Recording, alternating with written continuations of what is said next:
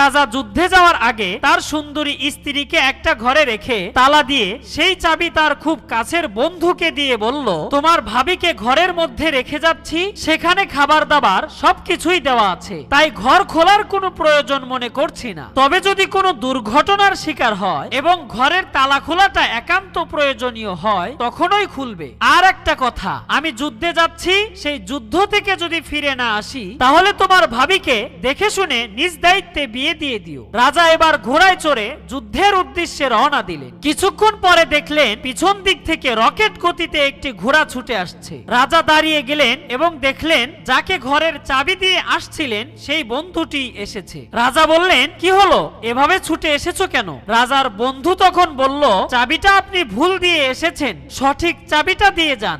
দর্শক ভাইয়েরা, কিছু কিছু বন্ধু কিন্তু এমনও হয়, তাই সাবধান।